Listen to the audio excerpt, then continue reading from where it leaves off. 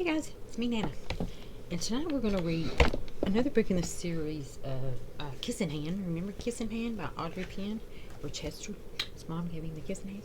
Well, this is the same Chester, and this is a book about, it's called A Pocket Full of Kisses, and explores being jealous because Chester has a new baby brother. So, let's find out what happens. Chester Raccoon sat in the hollow of a tree stump and pouted. "Please, can we give him back?" he asked his mother. "I'll be really, really good if we can give him back."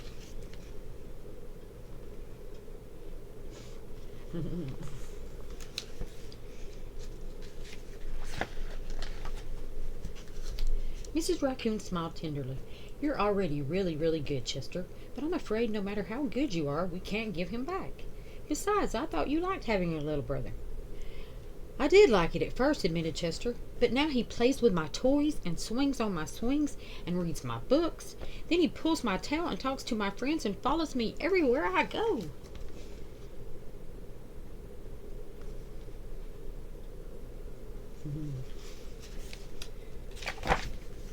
Mrs. Raccoon lifted Chester onto her lap and smoothed out his worried, furry forehead. "That's what little brothers do," she explained. It's in a very motherly tone. "It's no different than sharing the woods or sharing the stream or sharing the food we find. Ronnie wants to be just like you."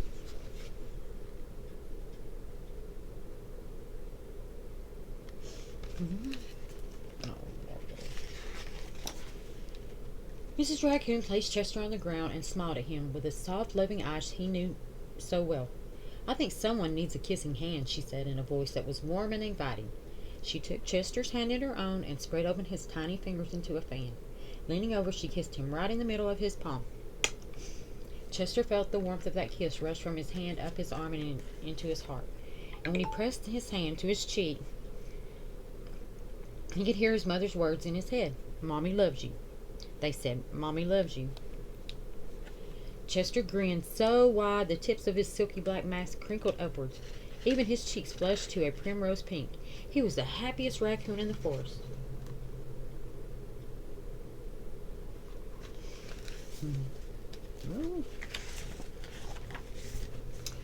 Then, in the blink of a moment, all the joy went out of the little raccoon. His pink cheeks paled, and a stream of tiny hot tears fell like spring rain down his sad little face. Even his silky black mask drooped as he watched his mother reach down, take Ronnie's hand in her own, open his tiny fingers into a fan, and kiss his brother right in the middle of his palm. Oh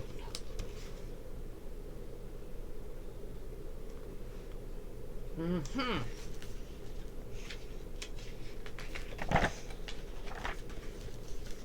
"That was my kissing hand," Chester gasped, in the saddest voice his mother had ever heard. "Why did you give Ronnie my kissing hand? Don't you love me anymore?"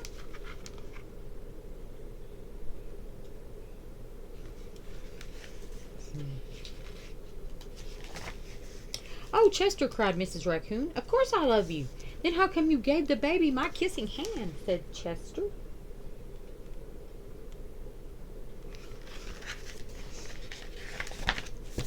Mrs. Raccoon gathered Chester up in her arms and gave him a great big comforting hug.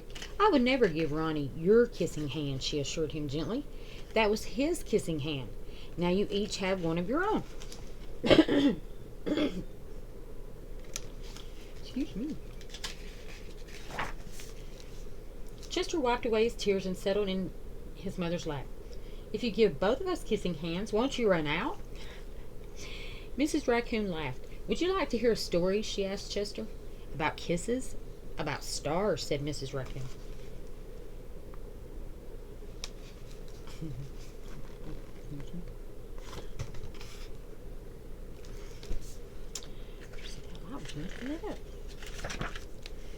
Every night, just before the sun goes down, it reaches out with its rays and touches every star in the universe. One by one, the stars light up and shine down upon us. Even on nights we can't see the stars, they're up there sparkling away. No matter how many stars fill the sky, the sun will never run out of light, and its rays will never stop reaching out to them. That's the way it is with kissing hands. When somebody loves you, their kisses are like the sun's rays, always there and always shining, no matter how many kissing hands. I give you and Ronnie. I will never ever run out.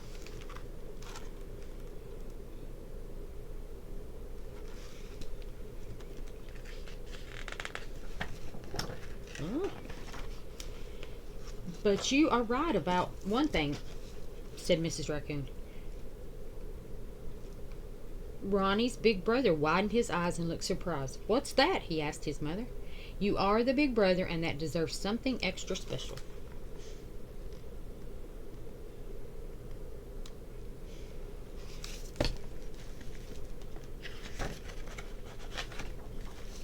Mrs. Raccoon put Ronnie on a swing, then took Chester's right hand in hers and spread open his tiny fingers into a fan. Leaning over, she kissed him right in the middle of his palm. That kiss is for your pocket, she told him. Take good care of it and keep it as a spare. You never know when a big brother might need a little extra care.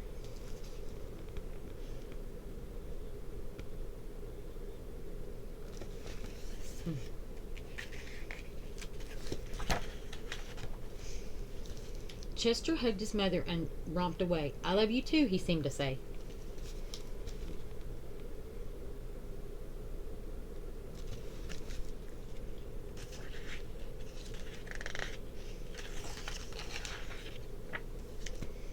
That was a wonderful book, wasn't it?